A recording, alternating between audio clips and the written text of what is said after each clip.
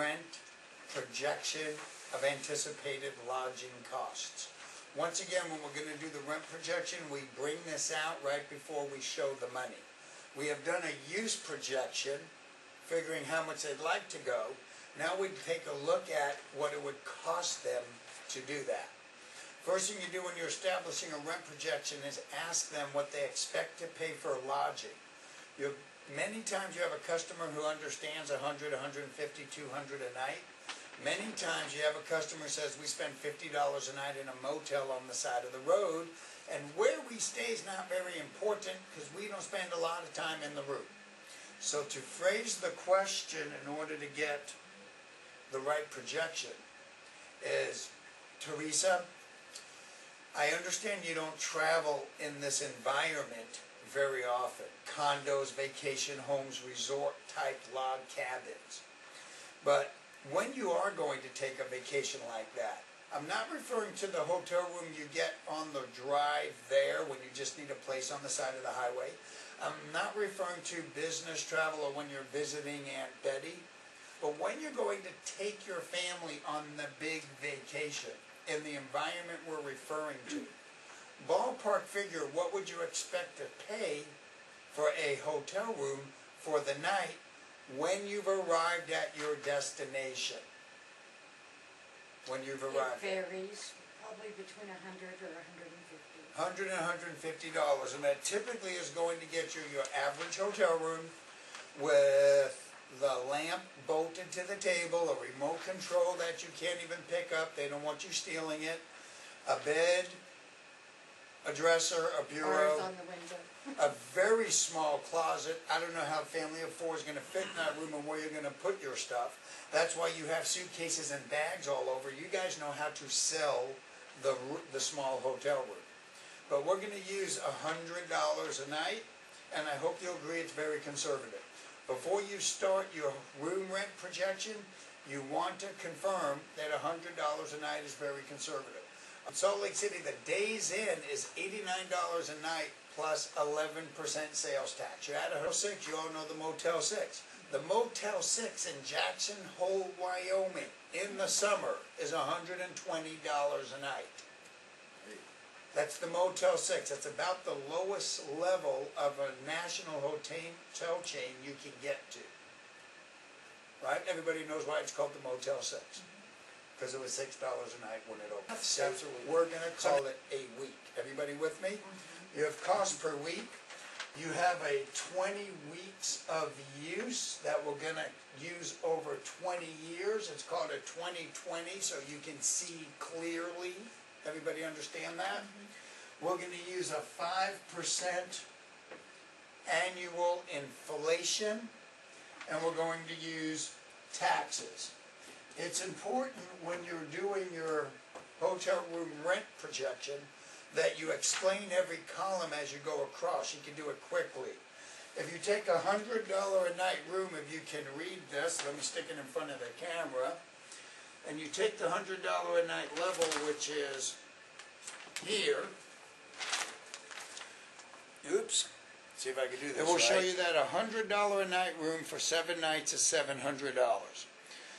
Times 20 weeks of use is times 10 is $7,000. Double that, you get $14,000 in room rent.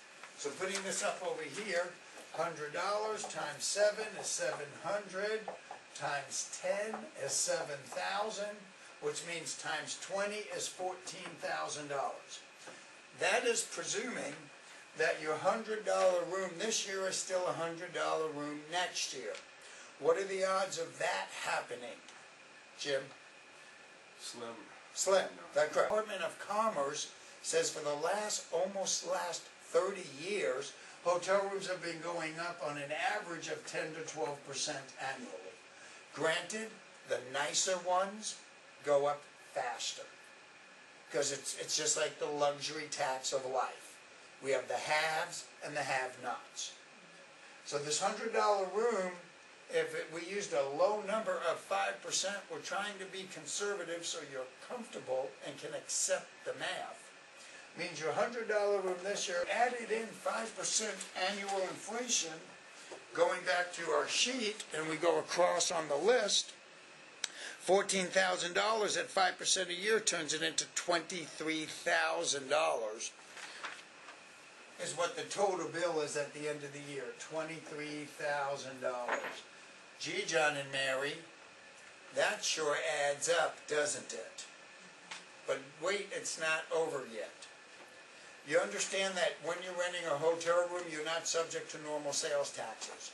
There's hotel type taxes. Let me refer you to Michigan University sheet, please, somebody. University of Michigan did a study from their hospitality and tourism department of what sample hotel taxes is across the country.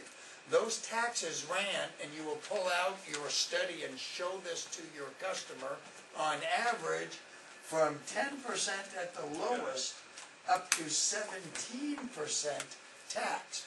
As I mentioned, it was, I think, 9% in, no, that's the Department of Commerce. Sorry. This is it right here. What this is from the University of Michigan, tax rates per area. For example, in Atlanta, Georgia, an $88 room is the average room rate. That's an economy. It says economy rate. This is not deluxe rates. And 14% tax. 14% on an $88 room is how much, gang? Correct. It's about $12, $11 and change. We're going to use a number using our room rent projection. We're going to only use 10% taxes, because the lowest tax out there on average is 10%. We were only able on all the sheet to find, well, in Harrisburg, Pennsylvania, it's 8%. But if you wanted to go to Denver skiing, it's 14%. Most people, if we added 10%, of $23,146, which is this number, means we'd add another $2,300 in taxes spent over a 20-year period, which gives us a sum total of $25,460. Once again, I'll bring this up here to the camera. $700 for a week, $14,000 for 20 years, $23,000 at 5% inflation, $2,300 in tax for a total of $25,460. That being said, here's what we're going to convey to the customer. $25,460 is renting this little room for you and your family, starting at a $100 room rate. I hope you can acknowledge, Jim, that if your budget was only $100 a night, you couldn't stay in downtown Portland, or in Park City, Utah, or the Big Island of Hawaii. You would not have enough for your family, so that's a conservative number. What you said earlier, Teresa, was it's $120 to $150 a night. I used $100 to start because it was easy to do math. But if we took the $150 a night range on this paper, it comes out to $42,170.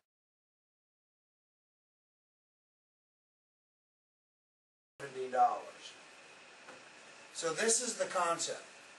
Based on the use projection we did earlier, if you only took 20 weeks of vacation in the $100 to $150 a night range, you would spend between $25,000 and $42,000 getting 7 nights a year in an economy level hotel room.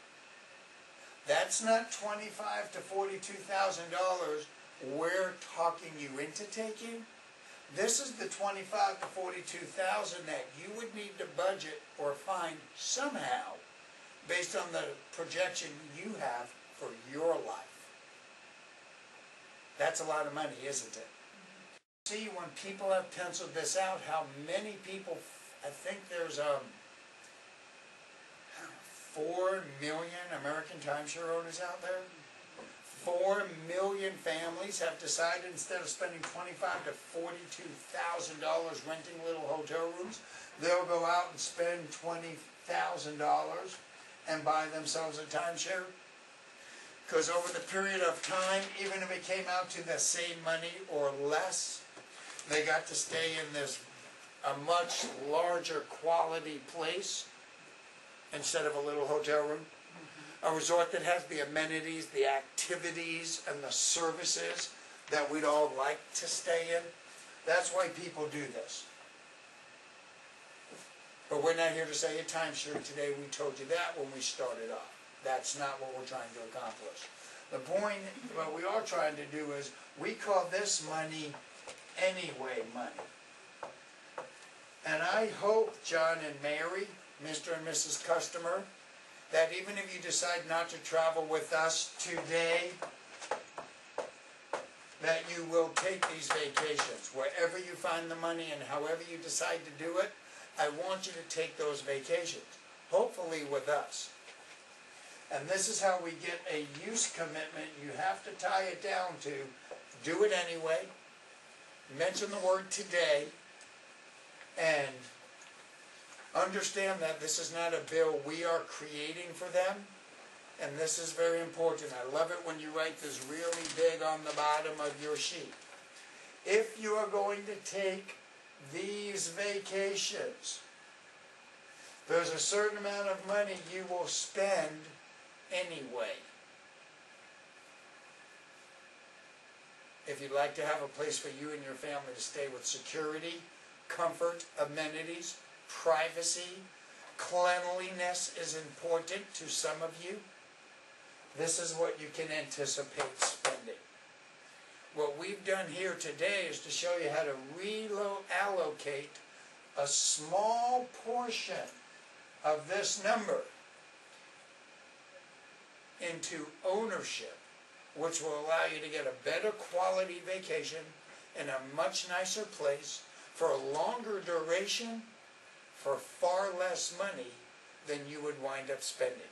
So let me ask you this. I know you were waiting to see how much or how little ownership or membership in our vacation club would cost you. But here's my question. If ours was the same price, we were $25,460, and that's all we charged, and we took you out of the little hotel room and put you in the suites and private residences, allowed you to go 2, 3, or 4 times a year with all the benefits that I highlighted earlier, being the hotlines, the buying service, bonus weeks on the expressway, ability to take this money and use it for a cruise. Do you remember I showed you my cruise club? $700 for a couple instead of $700 for a hotel room. And it didn't cost you 1 penny more. We were the same price. We didn't save you anything. We just got you better quality vacations for less money. Same price paid over the same period of time. Which would make more sense in ownership, which one day when you were done with it, you can sell and recover a small portion of that, or possibly pass it on to your family for them to take advantage of. Something all during your presentation, while you're doing a use projection, you're going to refer to the word desire. You're going to start off in the beginning of your presentation. You obviously desired to travel and take a vacation. That's why you responded to our offer today. You know, we use the word